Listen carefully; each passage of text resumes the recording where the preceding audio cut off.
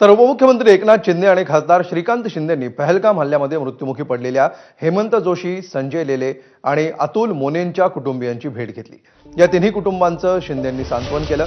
ज्या घरातील कर्ता पुरुष मरण पावलाय त्या कुटुंबियांची जबाबदारी सरकारने घेतली पाहिजे।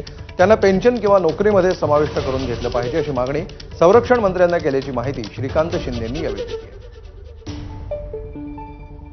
ऑल पार्टी मीटिंग जेव्हा होती दिल्लीमध्ये संरक्षण मंत्री यांच्या अध्यक्षतेखाली घेण्यात आली होती, त्याच्यामध्ये वेगवेगळ्या गोष्टींवरती विचारविमर्श झाला आणि त्याच्यामध्ये एक सजेशन जो आहे मी हा दिला होता की असे जे परिवार आहेत जे आतंकवादी हमल्यामध्ये त्यांचं कर्ता पुरुष जो आहे तो मरण पावतो, त्यानंतर त्या परिवाराची जबाबदारी जी आहे ती सरकारने घेतली पाहिजे। जसं आपण लाखो लोकांना पेन्शन देतो तशी कुठली पेन्शन योजना सुरू करू शकतो का, किंवा त्यांना कुठल्या नोकरीमध्ये समाविष्ट करून घेऊ शकतो का, असं देखील सूचना जी आहे हे संरक्षण मंत्र्यांकडे आम्ही त्या दिवशी केली होती।